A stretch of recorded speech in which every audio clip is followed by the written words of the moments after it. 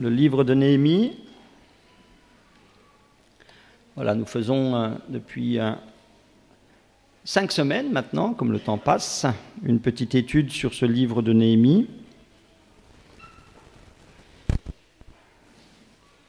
Alors lisons d'abord le chapitre 5 et puis ensuite nous donnerons quelques explications d'introduction et puis nous verrons le cœur du sujet de ce matin.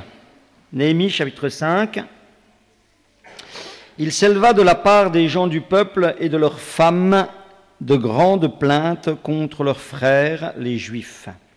Les uns disaient, nous, nos fils et nos filles, nous sommes nombreux, qu'on nous donne du blé afin que nous mangions et que nous vivions. D'autres disaient, nous engageons nos champs, nos vignes, nos maisons pour avoir du blé pendant la famine. D'autres disaient, nous avons emprunté de l'argent sur nos champs et nos vignes pour le tribut du roi. Et pourtant, notre chair est comme la chair de nos frères, nos enfants sont comme leurs enfants, et voici, nous soumettons à la servitude nos fils et nos filles, et plusieurs de nos filles sont déjà réduites. Nous sommes sans force, et nos champs et nos vignes sont à d'autres. Je fus très irrité lorsque j'entendis leurs plaintes et ces paroles-là. Je résolus de faire des réprimandes aux grands, aux magistrats, et je leur dis, quoi ? Vous prêtez intérêt à vos frères ? Et je rassemblai autour d'eux une grande foule et je leur dis, nous avons racheté selon notre pouvoir nos frères les Juifs vendus aux nations. Et vous vendriez vous-même vos frères, et c'est à nous qu'ils seraient vendus ? Ils se turent, ne trouvant rien à répondre. Puis je dis, ce que vous faites n'est pas bien. Ne devriez-vous pas marcher dans la crainte de notre Dieu pour n'être pas insultés par les nations qui sont nos ennemis ? Moi aussi. Et mes frères et mes serviteurs, nous leur avons prêté de l'argent, du blé. Abandonnons ce qu'ils nous doivent. Rendez-leur donc aujourd'hui leurs champs, leurs vignes, leurs oliviers, leurs maisons, et le centième de l'argent, du blé, du mou et de l'huile que vous avez exigé d'eux comme intérêt. Ils répondirent, nous les rendrons, et nous ne leur demanderons rien. Nous ferons ce que tu dis. Alors j'appelai les sacrificateurs devant lesquels je les fis jurer de tenir parole, et je secouai mon manteau en disant que Dieu secoue de la même manière hors de sa maison et de ses biens tout homme qui n'aura point tenu parole, et qu'ainsi cet homme soit secoué et laissé à vide. Toute l'assemblée dit Amen, on célébra l'Éternel, et le peuple tint parole. Dès le jour où le roi m'établit pour gouverneur dans le pays de Juda, depuis la 20e année jusqu'à la 32e année du roi Artaxerxès, pendant 12 ans, ni moi, ni mes frères n'avons vécu des revenus du gouverneur. Avant moi, les premiers gouverneurs accablaient le peuple, recevaient de lui du pain, du vin, outre 40 cycles d'argent, leurs serviteurs même opprimaient le peuple. Je n'ai point agi de la sorte par crainte de Dieu. Bien plus, j'ai travaillé à la réparation de cette muraille, et nous n'avons acheté aucun champ, et mes serviteurs tous ensemble étaient à l'ouvrage. J'avais à ma table 150 hommes, juifs et magistrats, outre ceux qui venaient à nous des nations alentours. On m'apprêtait chaque jour un bœuf, 6 moutons choisis, des oiseaux, et tous les 10 jours, on préparait en abondance tout le vin nécessaire. Malgré cela, je n'ai point réclamé les revenus du gouverneur, parce que les travaux étaient à la charge de ce peuple. Souviens-toi favorablement de moi, ô mon Dieu, à cause de tout ce que j'ai fait pour ce peuple. Amen. Quelle belle histoire. Amen. Voilà. Dans les épisodes précédents, l'histoire de Néhémie se déroule en 445 avant Jésus-Christ. C'est une histoire vraie, inscrite dans l'histoire des hommes avec un grand H. Et un homme va venir de Suse, capitale de la Perse de l'époque, jusqu'à Jérusalem, c'est un juif, et il va venir pour reconstruire la ville de Jérusalem, en particulier les murailles de Jérusalem qui ont été détruites 140 ans plus tôt, à cause de la désobéissance du peuple. Dieu a permis que Israël, le pays promis, le pays d'Israël tombe aux mains de l'ennemi, qu'il soit envahi et que la capitale Jérusalem soit détruite. Alors, la reconstruction va se faire en 445 donc, et elle va se faire en un temps record, en 52 jours. En 52 jours, dans l'espace d'une année, entre le moment où Néhémie a à cœur de faire cette œuvre pour Dieu, le temps que portes s'ouvrent, le temps qu'il aille à Jérusalem, qui prend plusieurs mois, et le temps qu'ils reconstruisent cette muraille, il n'y a pas plus d'1 an. Mais la muraille en elle-même est reconstruite en 52 jours. Et puis, nous avons dit, et c'est là un petit peu le fil conducteur de notre étude, que tout cela s'est fait selon des temps qui se sont succédés. Le premier temps, alors je ne vais pas développer, je vous donne juste les titres pour qu'on arrive à notre sujet de ce matin. Le premier temps, ça a été le temps de la prise de conscience qu'il fallait faire quelque chose. Et puis, une fois qu'il y a eu une prise de conscience, il y a eu un deuxième temps qui a suivi. Alors, cette prise de conscience, elle est chez un homme en particulier, qui s'appelle donc Néhémie. Et puis, à la suite de ce temps de prise de conscience, est venu un temps d'action personnelle. Et Dieu va ouvrir des portes, et cet homme va pouvoir bien faire l'œuvre qui est dans son cœur. Il arrive à Jérusalem, il constate, les dégâts sont énormes, il n'y a plus rien, et puis c'est un peuple qui est soumis, c'est un peuple qui n'a pas les moyens. Et c'est le temps de l'action collective. Il arrive à booster, comme on dit aujourd'hui, il arrive à donner envie à tout ce peuple de se mettre au travail. Il leur dit ce que Dieu a permis déjà pour qu'ils puissent être là. Et puis effectivement, tout le peuple qui est là se met à construire cette muraille. Et puis les travaux avancent très vite. Et puis arrive naturellement, et on l'a dit que c'était un petit peu obligé, le temps de l'opposition.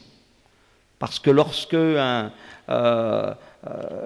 on veut construire ou lorsqu'on veut reconstruire, que ce soit dans l'œuvre de Dieu, que ce soit dans nos propres vies, il y a de l'opposition. Il y aura toujours de l'opposition.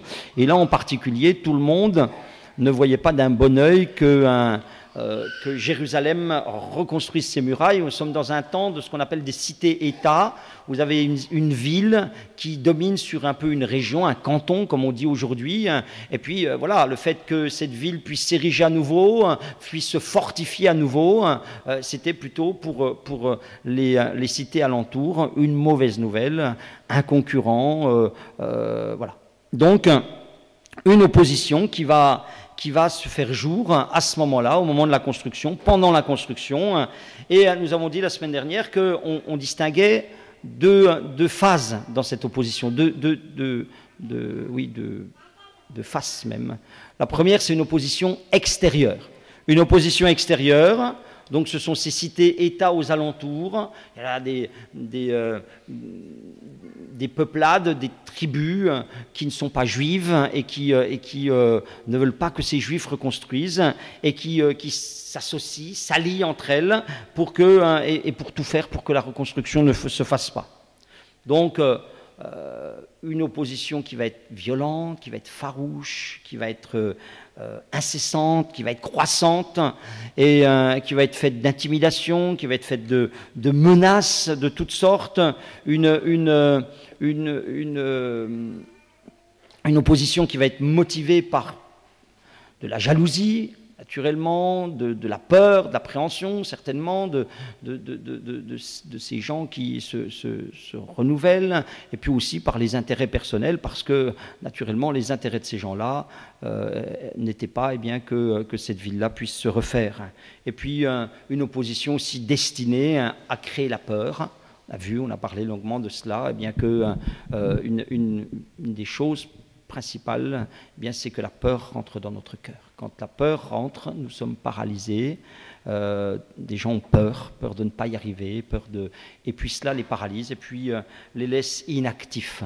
Et c'est bien en faisant entrer la peur qu'on voulait bien que ces gens deviennent inactifs. Mais finalement, l'opposition extérieure aura un effet contraire. Parce que, et c'est un petit peu classique, quand vous avez une opposition extérieure, ceux qui sont à l'intérieur se serrent les coudes, se solidarisent, s'unissent, et c'est exactement ce qui va se passer au chapitre 4, verset 16, je relis simplement ces versets. « Depuis ce jour, La moitié de mes serviteurs travaillaient, l'autre moitié était armée de lances, de boucliers, d'arcs, de cuirasses. Les chefs étaient derrière toute la maison de Juda. Ceux qui bâtissaient la muraille et ceux qui portaient ou chargeaient les fardeaux travaillaient d'une main, tenaient une arme de l'autre, etc. Et puis le verset 15. Lorsque nos ennemis apprirent que nous étions avertis, Dieu anéantit leur projet et nous retournâmes tous à la muraille, chacun à son ouvrage. Vous voyez, donc devant cette opposition naissante, le peuple se solidarise, le peuple prend les mesures, chacun se sent concerné par cette affaire-là, et puis au résultat, il nous est dit là très clairement que Dieu anéantit le projet, et très vite, eh bien, on arrivera à construire cette muraille. Mais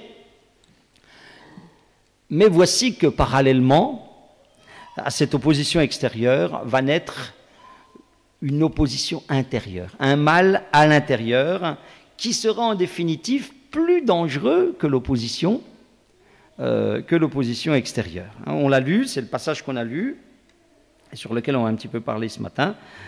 Il s'éleva de la part des gens du peuple et de leurs femmes de grandes plaintes contre leurs frères les Juifs. Les disputes entre frères. Les disputes entre frères et sœurs. Les disputes entre sœurs. Il s'éleva de la part des gens du peuple et de leurs femmes. Voilà, des disputes. Voilà quelque chose qui peut intéresser l'Église.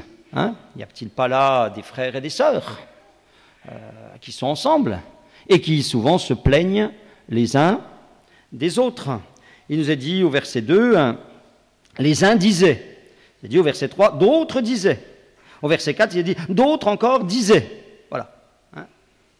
Au résultat, des dissensions, des contestations, des mécontentements, des intérêts personnels plutôt que collectifs.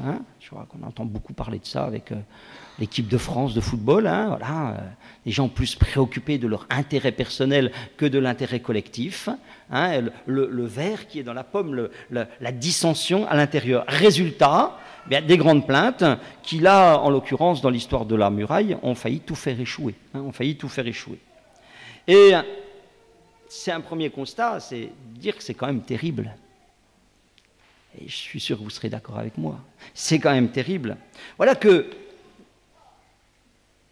Dieu amène un homme de 1200 kilomètres. Je vous ai expliqué au départ que c'était un type qui était esclave à la cour du roi, mais Dieu ouvre les portes, Dieu suscite des occasions, des circonstances pour que cet homme puisse être envoyé. En plus, il est envoyé avec des autorisations, il vient avec une autorité. On voit que Dieu, oui, ouvre les portes d'une façon extraordinaire. On voit bien que la reconstruction est un véritable miracle en marche.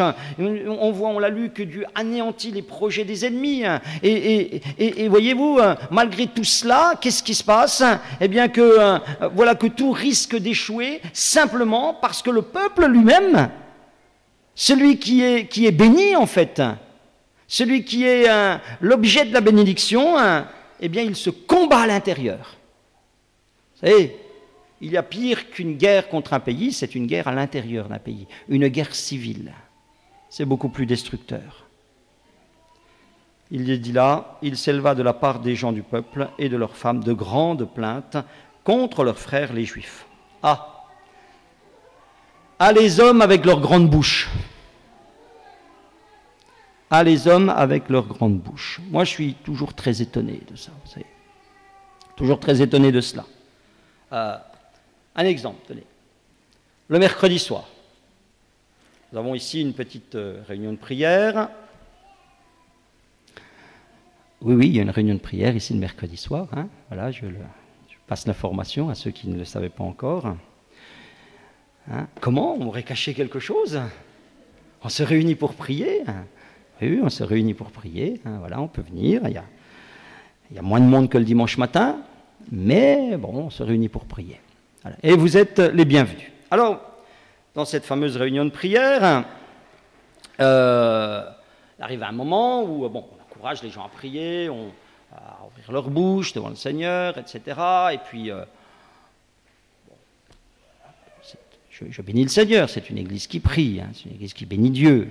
Puis il arrive un moment, vers la réunion de prière, il reste 5-10 minutes, Hein, et je dis régulièrement, voilà, il reste un moment pour ceux qui n'ont pas prié, car tout le monde n'a pas prié. Il y a des gens, ils sont là, ils ont gardé leur bouche fermée pendant tout le temps de prière. Il reste un moment pour ceux qui veulent prier.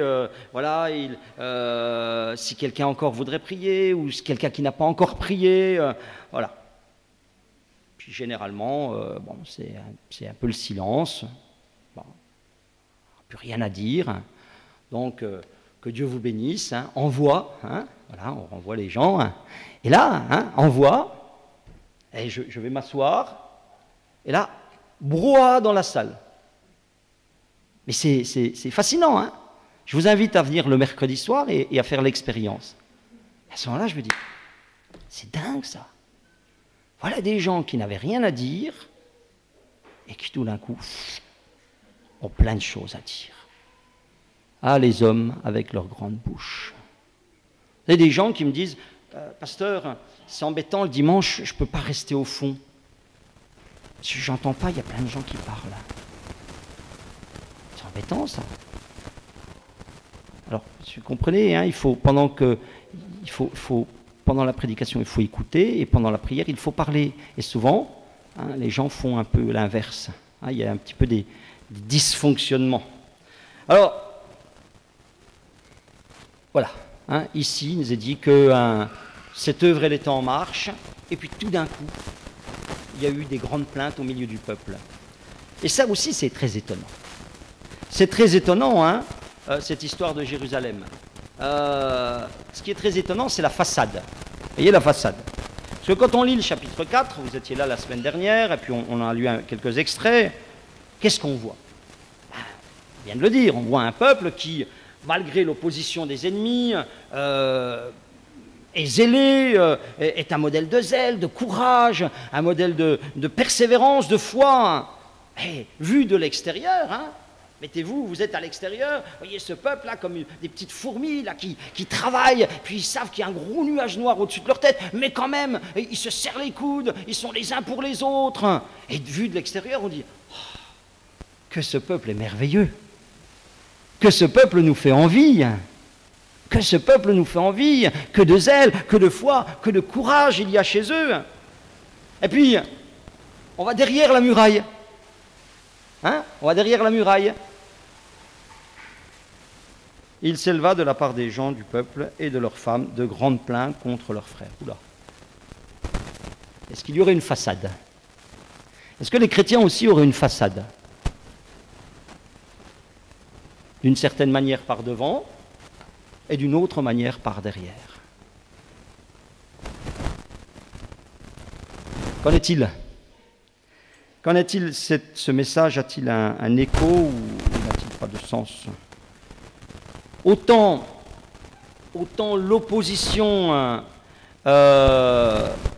extérieure souvent nous rend plus forts, et moi je l'ai constaté dans ma vie, dans mon ministère, dans bien des choses, autant l'opposition extérieure nous rend plus forts, autant les difficultés intestines, elles affaiblissent, elles divisent, elles font du mal au corps d'une manière extraordinaire. Elles ont une puissance de destruction que vous ne pouvez pas vous imaginer. Vous voyez un arbre, par exemple, un arbre dans la nature. Tout ce qui lui tombe dessus, la grêle, le vent, la foudre, la neige, les intempéries de toutes sortes, il est là, année après année. Et puis un beau jour, un ver rentre dedans, le mange de l'intérieur et il sèche. Il tombe. Hein. Et nous comprenons que là, il nous est dit à un moment donné que Néhémie va être très irrité. Il va être très irrité. Je fus très irrité lorsque j'entendis leurs plaintes et ces paroles. Non seulement le fait de se plaindre, mais aussi le contenu qui est dans les plaintes. Hein, parce qu'on va y revenir, il y avait quand même des choses assez graves qui se faisaient là. Hein. Et il est très irrité parce qu'il sait, lui, Néhémie. Il sait une chose, il sait que si le problème-là, à l'intérieur, n'est pas réglé, hein, ce que les ennemis de l'extérieur n'auront pas réussi à faire, eh bien, toute cette entreprise-là, elle va être ruinée, simplement parce qu'à l'intérieur, il y a des gens qui le vivent mal. Ça, c'est important de réaliser ça. le christianisme n'est pas un truc de façade. Ça, c'est la religion. Hein. Là, j'ai une façade, je ne suis pas autrement. Le christianisme réel, vécu en Jésus, nous amène à être et à être sans façade. Il y avait une petite histoire, un petit peu pour détendre, des gamins qui jouaient un jour dans une petite rivière, comme ça, il y avait voilà, sous la surveillance des parents, et puis il y avait un petit peu d'eau, comme ça, puis à un moment donné, les gamins ont choisi, ils étaient en caleçon de bain, des petits gamins, comme ça, ils ont choisi de jouer en se jetant de la boue, hein, ils faisaient des boules de boue, et puis ils se jetaient dessus, et puis il y avait un parent qui a regardé pour voir s'il se faisait pas de mal, il a vu que c'était pas très dangereux, alors puis il a raconté de manière très amusée qu'il a vu qu'il y en avait un plus grand, hein, il y a un plus grand, alors le plus grand il était un petit peu plus malin, comme il était plus grand, il lançait un petit peu plus fort, hein, donc lui il lançait sur les autres, puis les autres, bah, il l'atteignait pas, hein, il l'atteignait pas, et puis quand même au bout d'un moment le gamin il était quand même plein de boue. Alors le père l'a appelé, il a dit « Mais je ne comprends pas, il ne te touche pas, et tu es quand même plein de boue, comment que ça se fait ?» Et le gamin a dit « Oh, tu sais papa, tu ne peux pas lancer de la boue aux autres sans en être éclaboussé toi-même. »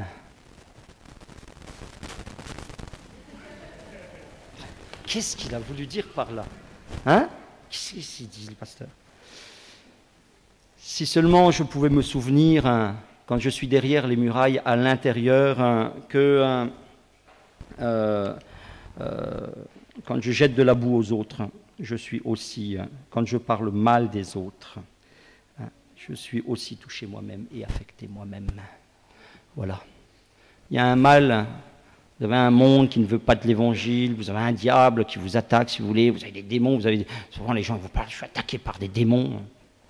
Ouais, mais je pense que le problème, il est déjà à l'intérieur. Hein.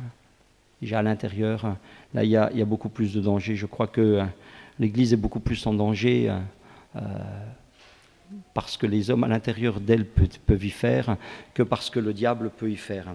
Alors, je crois que nous avons tous un ami en commun qui a dit une chose. Il a dit, « Voici, je vous donne un commandement nouveau.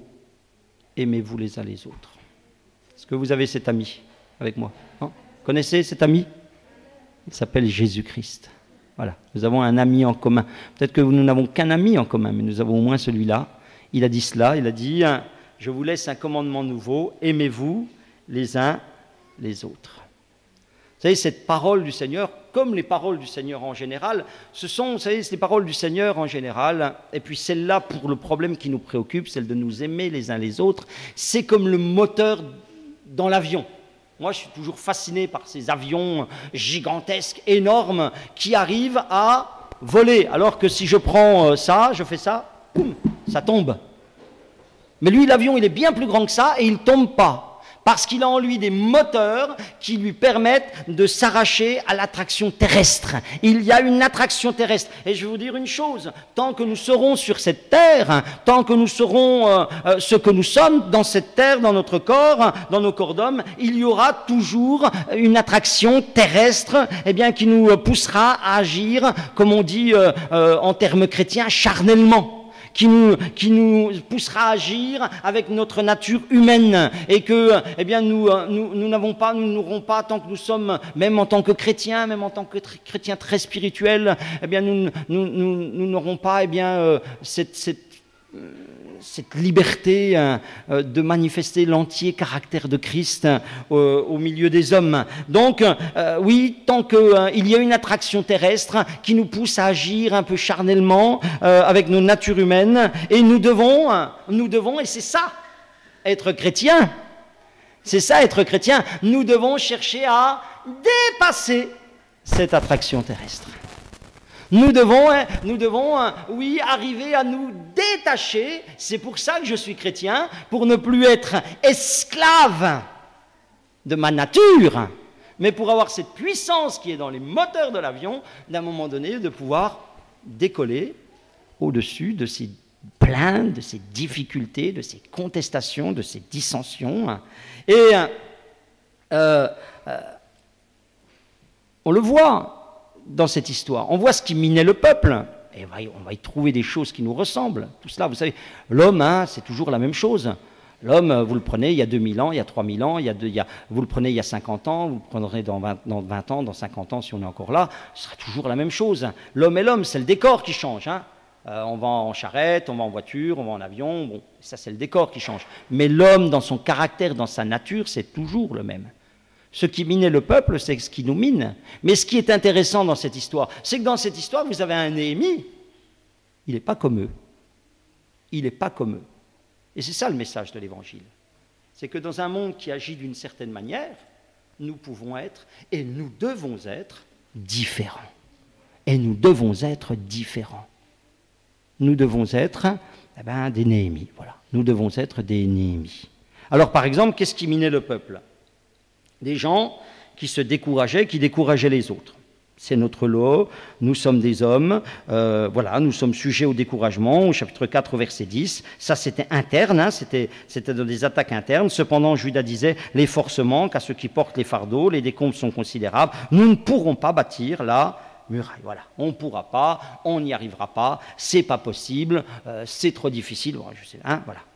Qui dit découragement dit incrédulité, c'est la même famille, l'un est cousin de l'autre, enfant de l'autre, enfin, ils vont ensemble, qui dit découragement dit incrédulité, parce que c'est la perte de la vision de Dieu, c'est la perte de la vision de Dieu. Donc, voilà des gens qui se décourageaient, et naturellement, je suis découragé, je décourage les autres, je contamine toujours les autres par mon état d'esprit, par ma manière de concevoir, voilà, les hommes avec leur grande bouche, il faut qu'ils parlent, Mais là, au milieu, vous avez un Néhémie.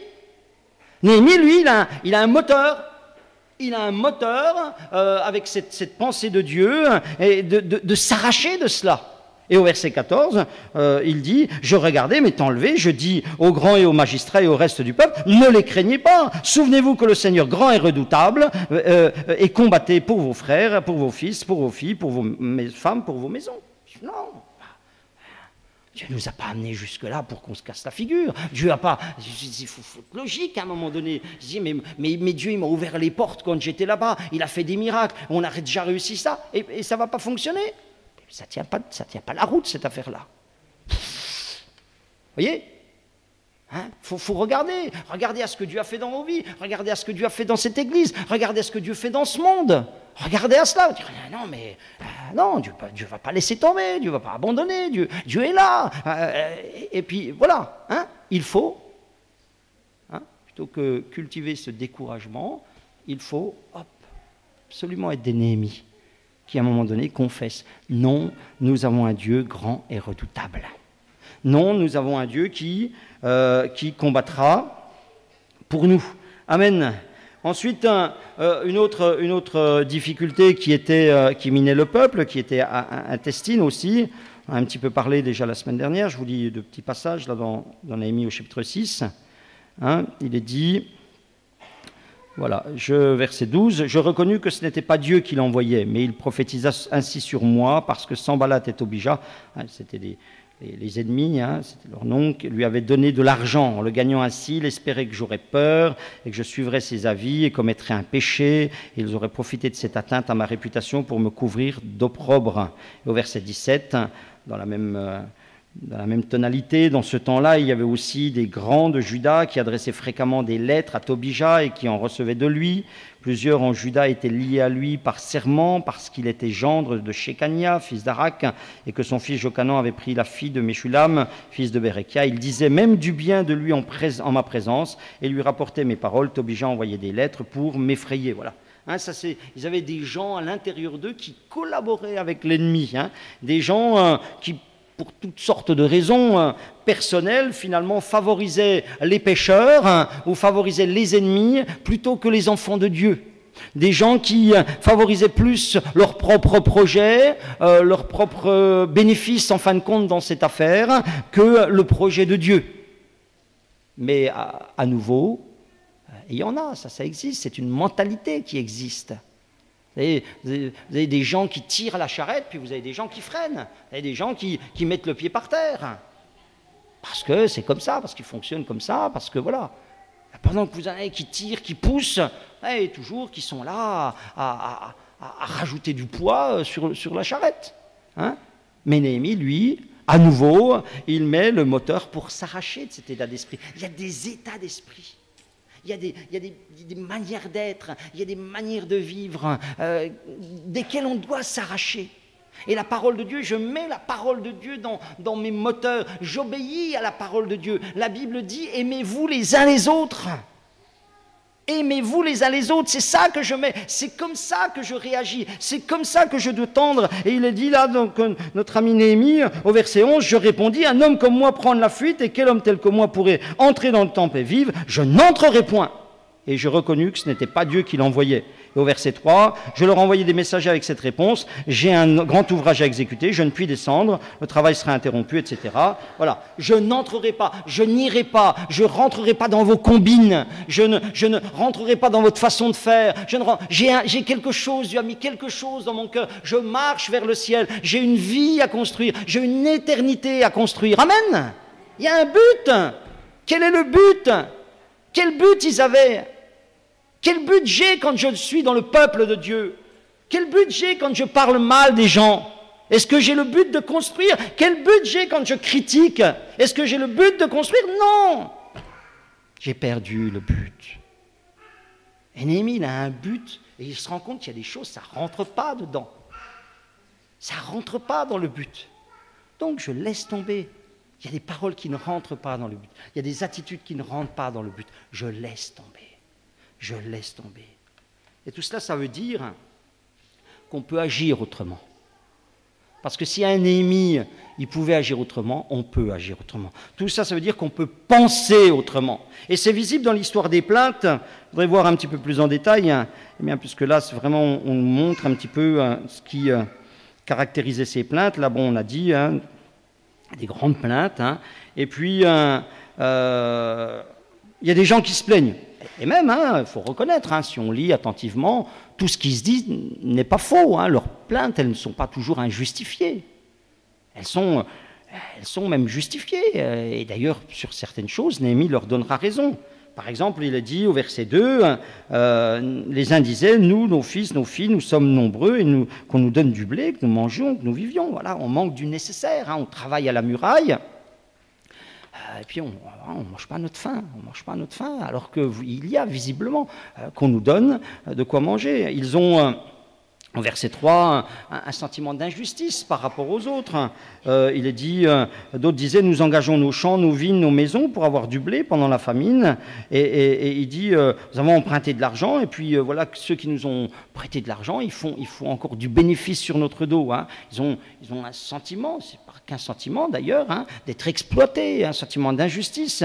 C'est des gens qui faisaient des sacrifices pour reconstruire le temple, et puis c'était un sacrifice qui était mal vécu. Ça, c'est quelque chose qui est très courant dans le peuple de Dieu, le sacrifice mal vécu. C'est le fils aîné dans la maison du fils prodigue. Tant d'années j'ai passé que je te sers, tant de sacrifices, je suis resté là, et c'est tout ce que tu me donnes. Combien de gens qui ont une vie spirituelle comme ça, de sacrifices mal vécus. Je t'ai donné ma vie, Seigneur. Et puis quoi? Et puis quoi, voilà. Et je me plains.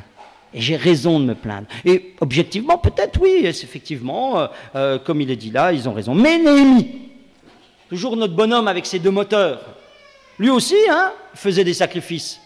Lui aussi faisait des sacrifices. Il va le dire au verset 16. Bien plus, j'ai travaillé à la réparation de cette muraille. Nous n'avons acheté aucun champ. Mes serviteurs tous ensemble étaient à l'ouvrage. J'avais à ma table 150 hommes, juifs et magistrats, outre ceux qui venaient à nous des nations alentours. Donc tout ce qu'ils mettaient à leur disposition, bœufs, moutons, oiseaux, etc. Et il dit, malgré cela, je n'ai point réclamé les revenus du gouverneur. C'est-à-dire, il aurait pu être salarié pour cela, c'était un droit qu'il avait. Malgré cela, je n'ai point réclamé les revenus du gouverneur parce que les travaux étaient à la charge du peuple. Mais lui, il a dit, voilà, moi, je suis dans la même galère que vous. Moi aussi, j'aurais sujet de me plaindre. Bah oui, moi aussi, j'aurais sujet de me plaindre. Mais je n'ai rien réclamé. Il ne réclamait rien. Il était dans la même galère qu'eux. Moi aussi, j'ai bâti la muraille. Moi aussi, j'ai laissé des choses. Moi aussi, j'ai fait des sacrifices. Moi aussi, j'ai payé de ma personne, dit-il. Mais il était différent. Il réagissait différemment. Et on en revient toujours à ça. Vous ne pouvez pas changer le monde. Hein, si c'était votre but, votre illusion, qui est cassée ce matin. Vous ne pouvez pas changer le monde. Vous ne pouvez pas changer les autres. Vous ne pouvez pas changer l'Église. Moi, il y a longtemps que j'ai renoncé. Je veux dire, hein, il y a très longtemps que j'ai renoncé à changer qui que ce soit. Hein. Mais il y a une chose que vous pouvez faire. Celle-là, elle est en votre pouvoir. Vous pouvez être différent. Ça vous appartient. Vous pouvez être différent. Et c'est comme cela que vous réussirez à construire malgré les oppositions. Et c'est comme ça que Néhémie a réussi à construire, malgré des oppositions extérieures et malgré ces oppositions intérieures. C'était pas rien. Il dit, il y avait les grands, il y avait les magistrats. Vous imaginez là un pouvoir financier, des gens qui avaient des pouvoirs de décision, des gens qui avaient des pouvoirs de manigancer. Hein. C'était pas rien, c'était pas une petite attaque qui était là. Et il a réussi parce qu'il avait un autre état d'esprit. Avez-vous remarqué la différence de vocabulaire entre ce que dit Néhémie et ce que disent les gens? C'est très important, parce que le vocabulaire, c'est notre pensée. Qu'est-ce que c'est qu'un mot? C'est quelque chose qui est dans ma tête, que je verbalise, que je cristallise. Alors, quel est le vocabulaire du peuple? Le vocabulaire du peuple, c'est ça. Par exemple, au verset 7, c'est « Je résolus de faire des réprimandes aux grands et aux magistrats. Je leur dis quoi? Vous prêtez à intérêt à vos frères. » Voilà. Intérêt. Ah, les intérêts. Nous avons un autre ami commun, un deuxième, qui a dit que chacun de vous, au lieu de considérer ses propres intérêts, considère aussi les intérêts des autres. Ayez en vous les sentiments qui étaient en Jésus-Christ. Vous connaissez cet ami? C'est Paul, il s'appelle. Voilà, il nous a laissé des lettres. Voilà, les intérêts. Vous avez des gens qui procèdent par intérêt. Et puis, ça, vous n'allez pas décoller avec ça. Si c'est ça que vous avez dans vos moteurs, ça ne fonctionnera pas. Vous ne construirez pas. Et qu'est-ce qu'il va dire Néhémie, lui? Il va dire, moi, mes intérêts, voilà, je n'ai pas mis mes intérêts d'abord. Et c'est pour ça qu'il est au-dessus. Et puis, quel est encore le vocabulaire de ces gens-là? Verset 11. Rendez-leur donc aujourd'hui leurs champs, leurs vignes, leurs oliviers, leurs maisons et le sentier, du mou, de l'huile que vous avez exigé d'eux comme intérêt. Exiger. Ah, ça c'est bien dans notre vocabulaire. Exiger. Je veux et j'exige. Ça, je vous invite à le dire. C'est un exercice de diction au théâtre. Je veux et j'exige. Il faut le dire vite. Je veux et j'exige. On a du mal. On le dit, ça. Je veux, c'est mon droit. Voilà, ça c'est mon vocabulaire. Vous ne pouvez pas être vainqueur. Vous ne pouvez pas construire. Ce n'est pas possible. Si ces gens s'en étaient tenus à ce vocabulaire-là, à cette façon de penser-là, il n'y a rien qui aurait été construit. Rien. À côté, vous avez le vocabulaire de Néhémie. C'est quoi le vocabulaire de Néhémie? Le vocabulaire de Néhémie, c'est, verset 9, « Puis je dis, ce que vous faites n'est pas bien. » Voilà, déjà. Ne devriez-vous pas marcher dans la crainte de notre Dieu, la crainte de Dieu. Il le redit un petit peu plus loin. Je ne l'ai pas noté, mais ça revient une deuxième fois. Voilà, verset 15, « Je n'ai point agi de la sorte par crainte de Dieu. » Voilà, la crainte de Dieu qui nous empêche de dire n'importe quoi. La crainte de Dieu qui nous empêche de faire n'importe quoi. Vous avez des gens, ils disent et font n'importe quoi parce qu'ils n'ont pas la crainte de Dieu. C'est des incrédules. C'est des incrédules, ils n'ont pas la crainte de Dieu. Est-ce que c'est dans ton vocabulaire? Tu ne peux pas construire si tu n'as pas la crainte de Dieu. Parce que si tu n'as pas la crainte de Dieu, mais c'est tellement logique. Si tu n'as pas la crainte de Dieu, tu fasses une chose, tu fasses une autre, tu fasses d'une manière, tu fasses d'une autre. T'en fiches. Et forcément, tu construis de travers. Et forcément, ça ne peut pas fonctionner. C'est quoi son vocabulaire à notre ami Néhémie? Moi aussi, hein, et mes frères et mes serviteurs, nous leur avons prêté de l'argent. Abandonnons ce qu'ils nous doivent. Abandonner ce qu'on nous doit. Hein? Abandonner ce qu'on nous doit. Un peu de renoncement sur ses droits. Abandonner. Hein, pour favoriser les autres. Ça, c'est dans son vocabulaire. Ça, c'est dans son état d'esprit. Qu'est-ce qu'il va dire encore? Le verset suivant, verset 11. Rendez-leur donc aujourd'hui leur champ, leur vigne, leur olivier. Rendre, plutôt que prendre. Hein, vous avez les gens, ils mettent une lettre de plus. Prendre. Je viens de l'inventer comme ça. C'était pas dans mes notes. Dingue. Ah, vous êtes plutôt prendre ou plutôt rendre? Hein? Généralement, plutôt prendre. Hein? Voilà. Hein? C'est toujours comme ça, quoi. Toujours profiter. Hein?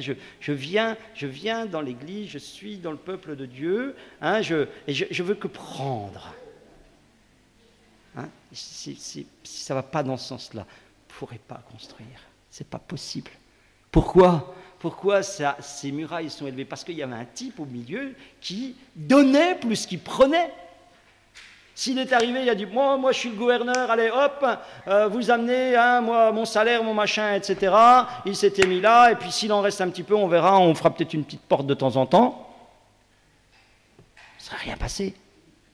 Là, vous avez un gars, il est arrivé avec l'idée de donner plus qu'il allait prendre.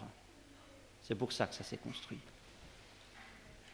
Et puis, qu'est-ce qu'il a encore dans son vocabulaire? Ah oui, c'est intéressant ça aussi. C'est intéressant la Bible quand même. Hein, quand même.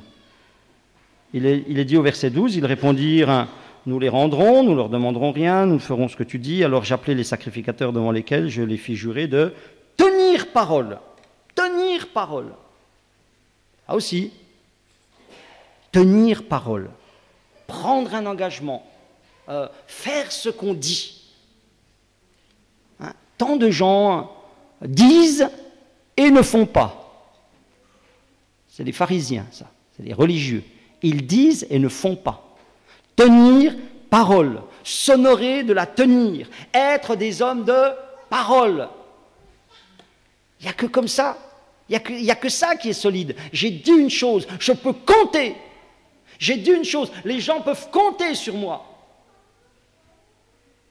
Les gens, ils disent, ah oui, j'ai pris un engagement, ouais, non, ben, ça ne m'arrange pas, j'ai autre chose à faire. Qu'est-ce que vous voulez qu'on aille où? Qu'on construise quoi? Je leur fis jurer de tenir parole. Et il nous est dit, au verset 13, à la fin du verset 13, le peuple tint parole. Le peuple a tenu parole. Ça veut dire qu'on peut changer. Ça veut dire qu'on peut évoluer. Ça veut dire qu'on peut changer son vocabulaire. Ça veut dire qu'on peut être différent. Ça veut dire qu'on peut changer notre façon de penser. Et c'est ce que nous a dit le verset 12. Ils répondirent, nous les rendrons. Quand il a dit rendez, ils n'avaient pas rendu avant, mais tout d'un coup ils disent, nous le rendrons. Ils avaient dit, ils avaient exigé. Là ils ont dit, nous ne demanderons rien. Nous ferons ce que tu dis. Et ils ont tenu parole. Alléluia. Et ça a été possible parce qu'il y a eu quelqu'un qui les a amenés à penser autrement. Alléluia. Vous savez ce que l'œuvre de Dieu elle a besoin? De Néhémie. Voilà. Elle a besoin de Néhémie. Elle a besoin de gens qui ont de moteur l'amour de Dieu, la crainte de Dieu. Voilà. Il dit ça ne colle pas avec Dieu. C'est pas ça. Dieu, il n'est pas comme ça. Il ne pense pas comme ça. Il ne voit pas comme ça. Et si vous n'avez pas ces deux moteurs-là, boum, vous allez vous casser la figure. Alors pour cette fois-ci, alléluia, l'opposition interne, elle a été vaincue. Victoire. Mais elle reviendra vite. Dès le chapitre 13, hop, ça va recommencer. Vous savez, c'est des bestioles, ça ne meurt pas. Hein? Vous les aurez jusqu'au bout, votre nature, vous l'aurez jusqu'au bout. C'est-à-dire, il faut toujours veiller, il faut toujours mettre en route le moteur de l'amour de Dieu. Aimez-vous les uns les autres. À ceci, tous connaîtront que vous êtes mes disciples. Et il le dit, hein, c'est une question de témoignage. Ce que vous faites n'est pas bien. Ne devriez-vous pas marcher dans la crainte de notre Dieu pour ne pas être insultés par les nations qui sont nos ennemis? Parce que quand des gens ils sont dehors de la muraille, qui disent « Ah, mais c'est merveilleux le peuple de Dieu. Ah, ils sont tous beaux. Ils sont tous souriants. Ils sont tous aimants. » Puis après, ils vont derrière la muraille parce qu'un jour-là, ils disent « Oh là là, qu'est-ce que c'est que ce truc ? C'est pire que ce que je connaissais. » Les gens ils se sauvent. Et finalement, nous serons insultés par les nations, seront insultés par les pécheurs. Alors que le Seigneur, il a dit, « À ceci tous connaîtront que vous êtes mes disciples, si vous avez de l'amour les uns pour les autres. » Voilà. Échapper à l'attraction terrestre, c'est possible. Et le verset 13, regardez comme Dieu est bon avec les prédicateurs, puisque le verset 13 dit, à la fin du verset 13, toute l'assemblée dit Amen, on célébrera l'Éternel. Happy end. Hein, happy end, l'histoire finit bien. Le héros gagne à la fin. Néhémie est vainqueur. On célèbre l'Éternel. Voilà. Est-ce qu'on veut gagner à la fin? Est-ce qu'on veut gagner à la fin? Est-ce qu'on veut une happy end? Néhémie, c'est un modèle, c'est un exemple pour nous. Dans le temps d'opposition, il faut être différent. Et toute l'assemblée dit... Oula, ça ne suit pas beaucoup. Et toute l'assemblée dit... Amen. Alléluia. Que le Seigneur vous bénisse. Amen. On va pouvoir célébrer l'Éternel. Voilà. C'est une prédication qu'on appelle pour apprendre quelle est la couleur de nos chaussures. Amen. Béni soit le Seigneur. Maintenant, qu'on puisse lever ses yeux vers le ciel. Célébrez l'Éternel. Soyez différents. Voilà. Vous êtes devenus chrétiens pour être différents. Parce que si c'est pas pour être différent, c'est pas la peine d'être chrétien. C'est pas la peine, hein. Vous étiez aussi bien qu'avant, hein. Et puis vous n'étiez pas obligé de vous lever le dimanche matin. Vous aviez des avantages. Voyez? Mais moi, je suis devenu chrétien pour être différent. Parce qu'en étant différent, eh bien, j'échappe à l'attraction terrestre. Amen. Et à la fin, je veux gagner. Amen. À la fin, je veux être le héros. À la fin, je veux régner avec Christ. Amen.